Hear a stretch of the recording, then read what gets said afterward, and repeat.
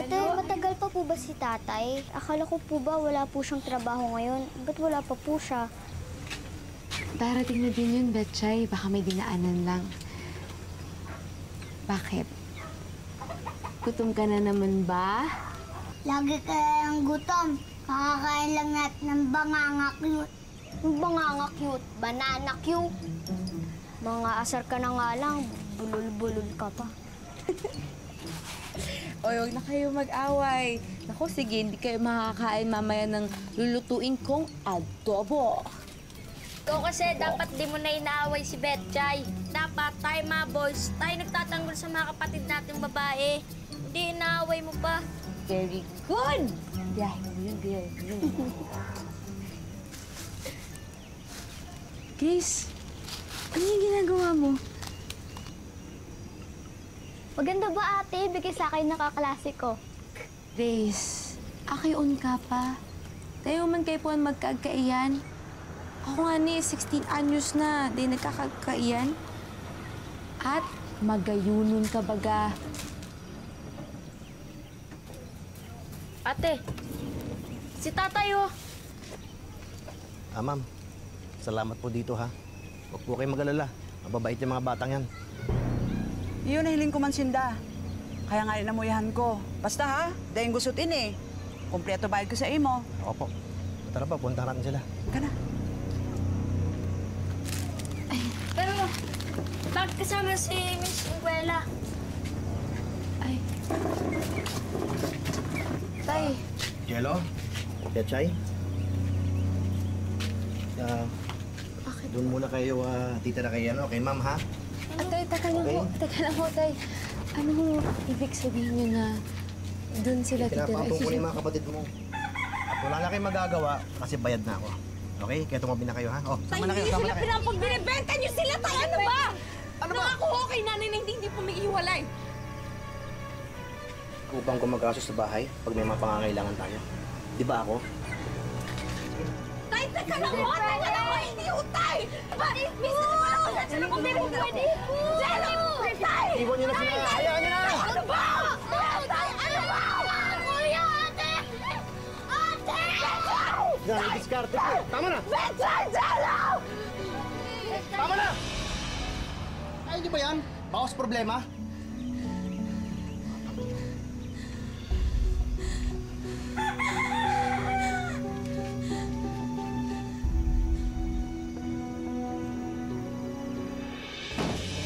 Alam, arte nindo. Hoy, Hector, Grace, maghanda kayo bukas ha. Darating yung kumpare ko. Kayo naman ang ipaaampun ko. Bakit walang konsensyatan? Ano bang gusto niyo mangyari? Mamatay tayo ng sama-sama dahil sa gutom? Ganon ba? Tay! Ganon ba? Tay, pwede naman po ako tumigil sa pag-aaral eh. Para magtrabaho. Hindi ho yung ipapamigay niyo lang po kami sa kung sino-sino. Tay, tawa naman. Ako ang tatay dito Ako ang masusunod. Mabwisit kayo sa buhay ko. Mabwisit! Mabwisit!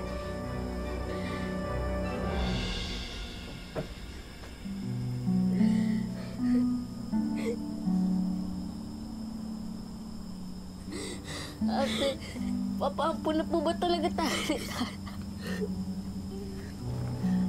Torite. Hindi.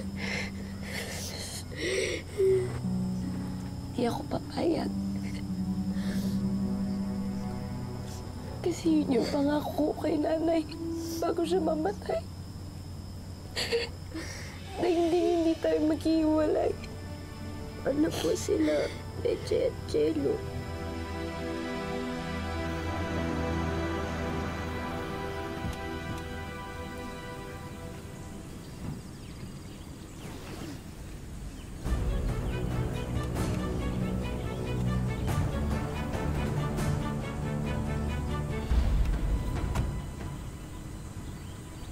Ayun sila.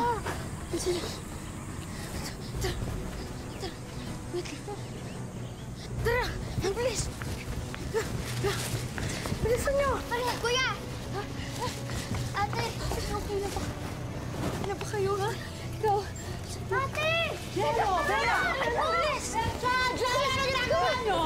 Sira ulo talaga yung tatay niyo.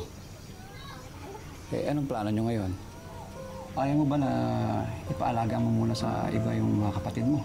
Tapos, kung gusto mo, ipapasok kita dun sa alam ko na agency. Doon, pwede kang mag-DH sa Saudi.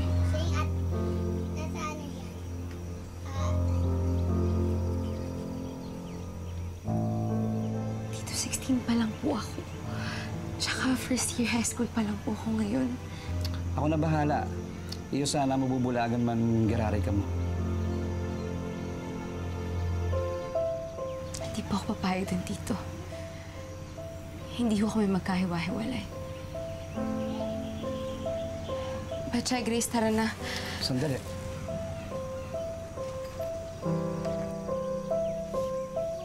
Tanggapin mo to. Pensya na. Salamat po, Tito.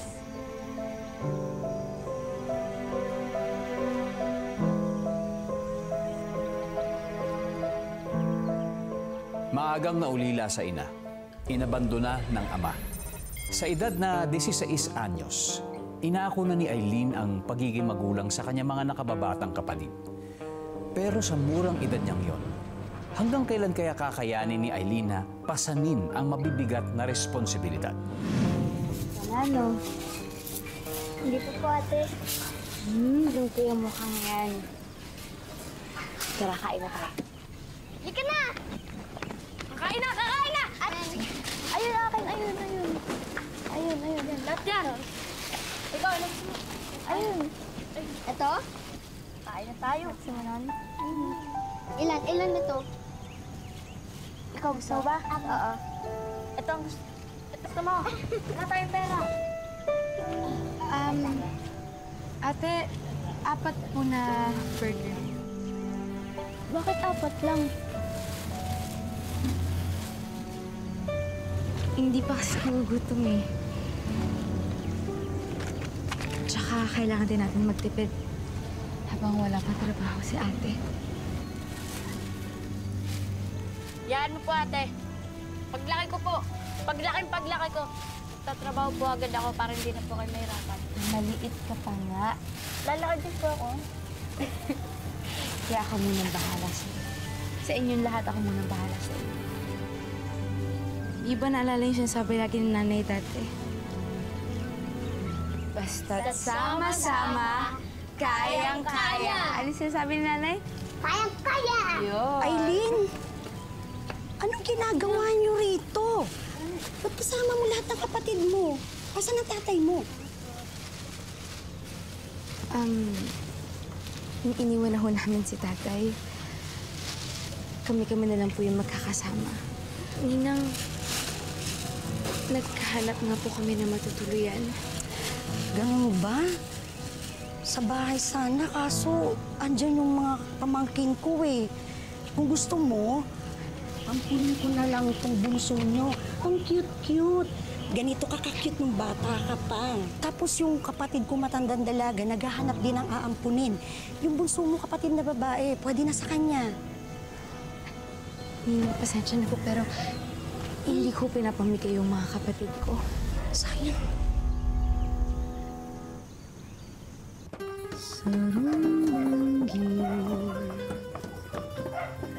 Sa higdaan, nakadamog ako.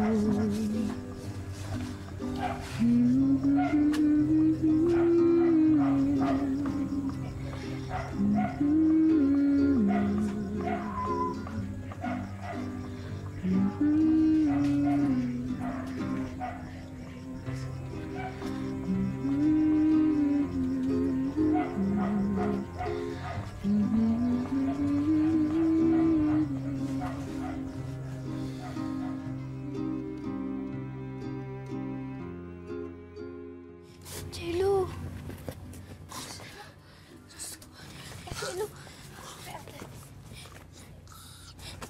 Ate, si Jello po nagsusuka. Ha? Diyos ko.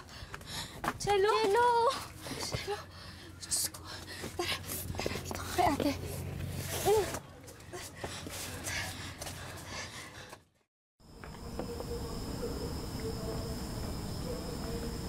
Diyos mabalos po, Tito.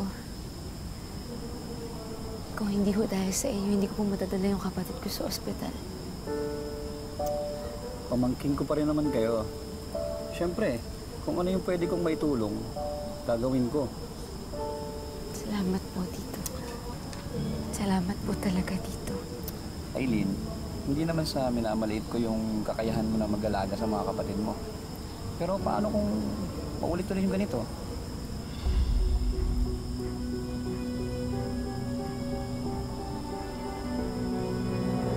Aileen, ito yung kapatid kong isa, yung sinasabi ko sa'yo.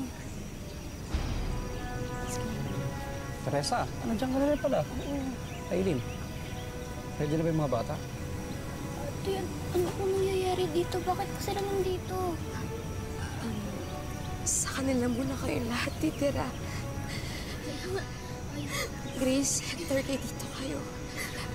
Jello, kay Ninang Teresa ka, ha? At ikaw, Betchay, dito ka sa kapatid ko. Ate, ayoko, ate!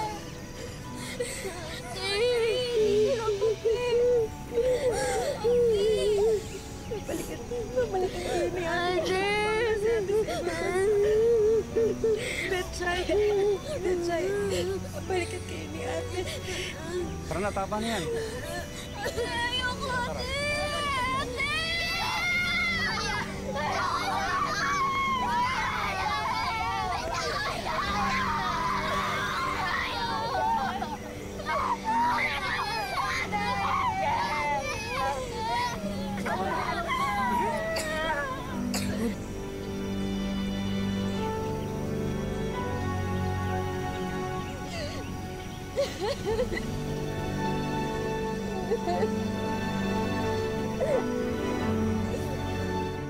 Sa bandang huli, napag-isip-isip ni Aileen na mas maitataguyod nga niya ang mga kapatid kung susubukan niya makipagsapalaran sa ibang bayan. Dahil menor de edad, kinailangang ideklara ng kanyang tiyo na 21 anyos na siya para makakuha siya ng trabaho sa Saudi Arabia bilang isang DH. Kahit alam nilang pinagbabawal ito ng batas. 21 ka na? Mukha kang bata, ah. Pareho tayo. Ano ho, baby face lang. Naku, meron na namang kaiinggitan yung Pinay na asawa ng amo nating Arabo. Galit yun sa mga magagandang tulad natin. Kaya mag-iingat ka dun. O siya, ikaw na munang bahala dito, ha? Bibiling ko lang yung inutos ni Ma'am.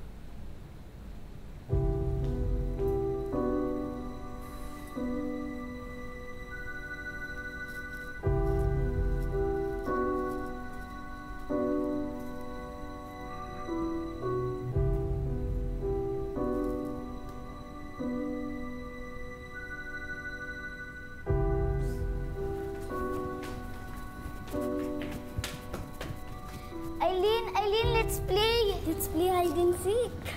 I'll just finish cleaning the house. Please, please, please. Ano ginagawa niyo, ha? Ma'am, sorry po. Ano ba? Teka! Hindi mo pwede hinahawakan yan! Hindi mo ba alam, ha? Hindi mo ba alam na hindi dapat hinahawakan ng Quran pag hindi ka Muslim? Tama ka ba, ha? Wala ka talagang respeto, eh, no? Wala ka respeto, ha? Tapos, ang dumi-dumi ng kamay mo, yung mga bata, nakikita ka! Sorry po. Sorry! Hindi ko naman po sinasadya. Isang linggo ka na dito, ha? Hindi mo pa rin alam! Wala ka talagang respeto! Babalik kita sa akin sa gusto mo? Yan bang gusto mo? Ma'am, wag po. Hindi po na po ulit. Han, what's going on? What's going on? Aileen. What's happened? What's going on? This woman, ha? She does not know how to respect the Quran. She doesn't know about our culture, about our religion. You have to teach her so she will not repeat this mistake again.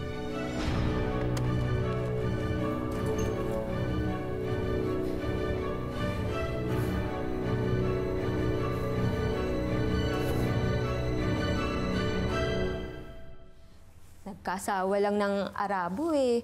Nagkapera lang. Nakalimutan na niyang Pinay din siya. Walang malasakit sa mga kababayan niya.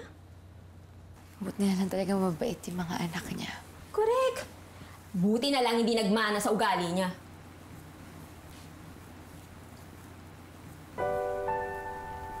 Namimiss mo na naman yung mga kapatid mo, no?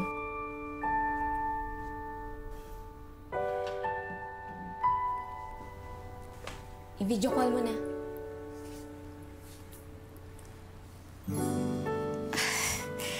Salamat, Bianca, ha? Huwag kang mag-alala. Kapag pinasweldo na ako ni Ma'am, bibili na ako ng ganito.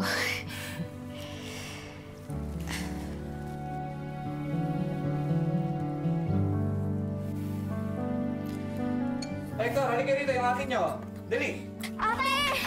Ate! Ano po, ate? Ate, kamusta? Kayo? Kailan pa po kayo uuwi?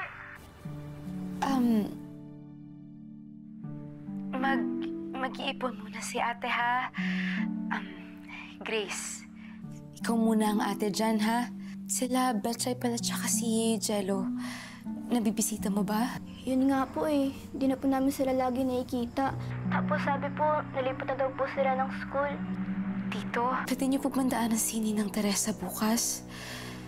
Kasi po, gusto ko lang pong malaman yung kondisyon ni Jello dun. Sige, ako na bahala, Eileen. Huwag ka na mag-aalala dito. Sarili mo na lang intindihin mo dyan. Hindi ba sila nagdududa sa edad mo?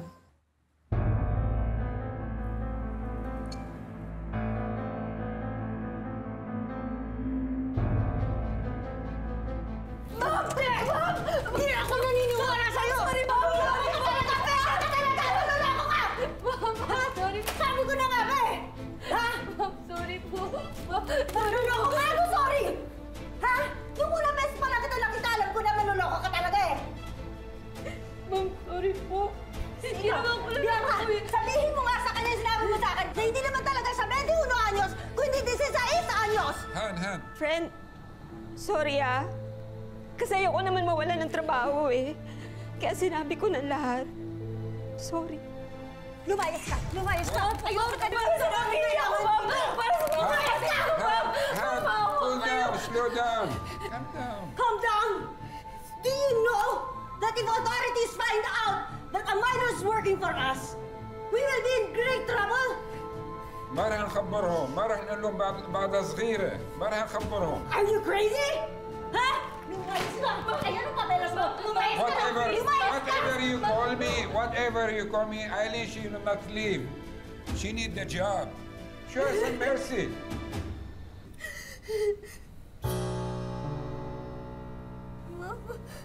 Sige! Ikaw, pagbibigyan kita ngayon! Pero, pag isa pang may gawa kang kasalanan, makikita mo, hindi na kita padadala sa Pilipinas. Ha? Dadalhin pa kita sa impyerno!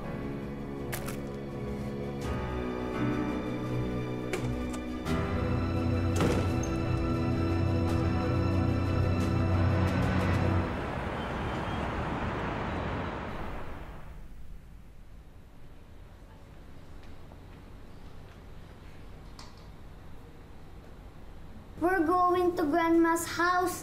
Eileen, we'll stay there in 2 weeks. You wanna come with us? I would love to, but Eileen is very, very busy. Just promise me that you two will be a good boy and girl there, huh? Promise. The kids like you so much. I love them so much, sir. They remind me of my siblings back in the Philippines. Thank you. You take care, Eileen. See you in 2 weeks.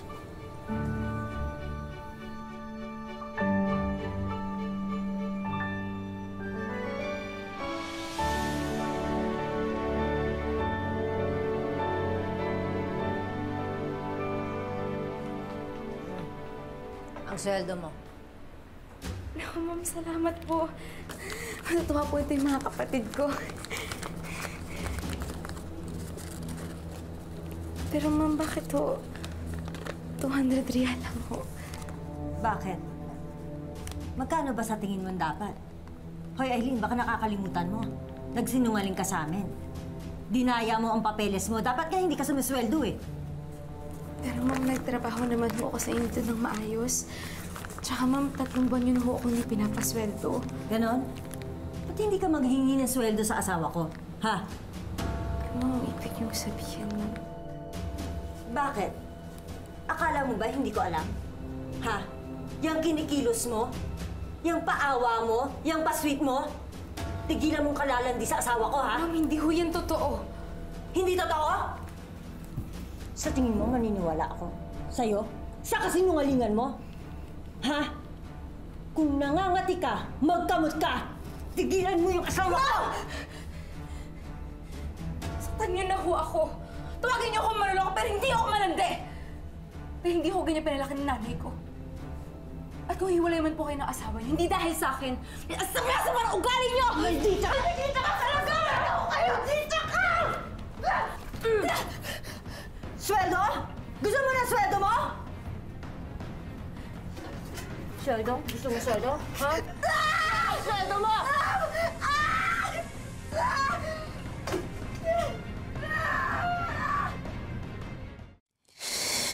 Dapat kasi hindi mo na pinatulan.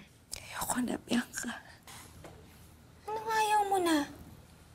Kailangan malagyan ito ng sugat mo para hindi ma-infect. Di ibig ko sabihin, ayoko na dito. Gusto ko nang umuwi.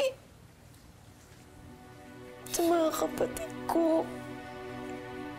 Hindi ko na kaya dito, Bianca. Tulungan mo naman ako. Ha? Bianca, hindi ka pa nakakabawi sa akin sa ginawa mo. Please, tulungan mo ako. Oh, sige.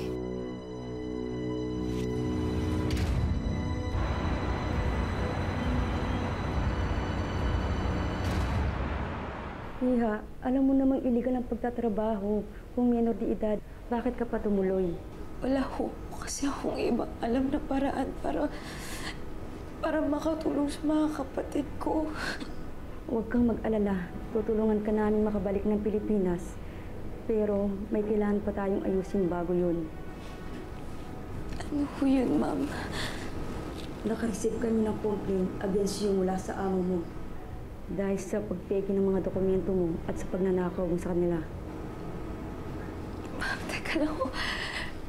Inaamin ko ho yung inaba ko yung edad ko, pero hindi ho ako nagnakaw. Hindi ko ho kaya yun, ma'am. I know, pero kailangan nating idaan sa proseso, Iha. Aharapin natin ang kaso mo. Hindi ka namin pababayaan. Bibigyan ka namin ng abogado at lahat ng kailangan mo. Tutulungan ka rin ng Ministry of Social Affairs dahil menor de edad ka. Ma'am, kailangan mo itong sumunod sa'yo. Ma'am, teka lang ho. Ma'am, ayoko kong makulong, ma'am. Ma'am, ayoko kong makulong. Ma'am, wala ako ninakaw, ma'am. Ma'am, nagsasabi ako na totoo. Sa tulong ng Embahada ng Pilipinas sa Saudi Arabia, umusad ang kaso ni Aileen. Pagkalipas ng 15 araw, napalaya rin siya. At di nagtagal, napauwi na rin siya sa Pilipinas. Ngunit sa kanyang pagbabalik, isang balita ang sasalubong sa kanya.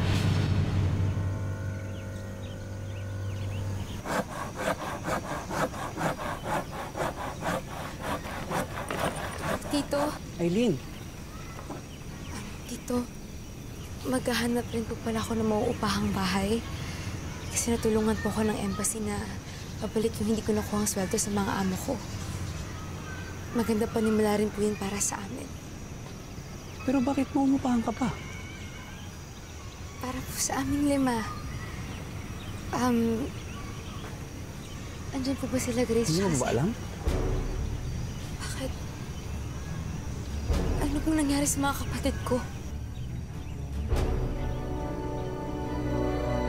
Ate!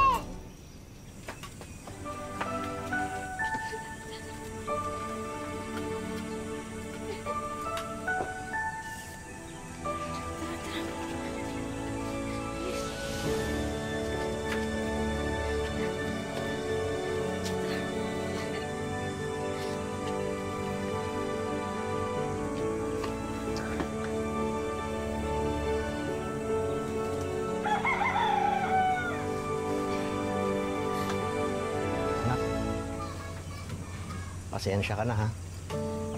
Huli na nung matauhan ako sa mga ginawa kong kasalanan sa inyo.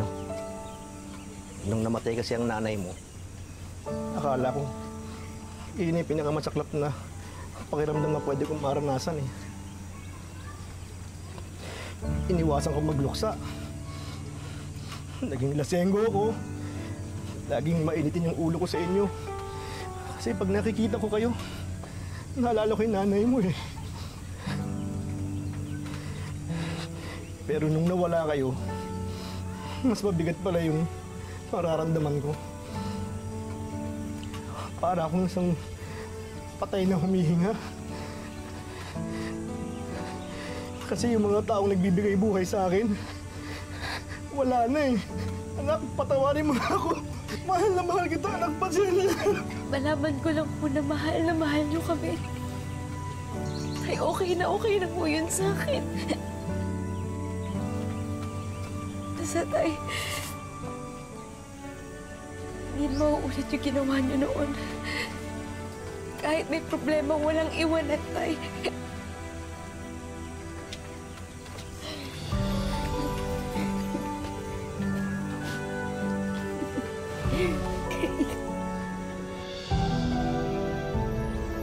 Sa ngalan po ni Marian Rivera, magandang hapon. Ako po si Dingdong Dantes. Mapit ka lang.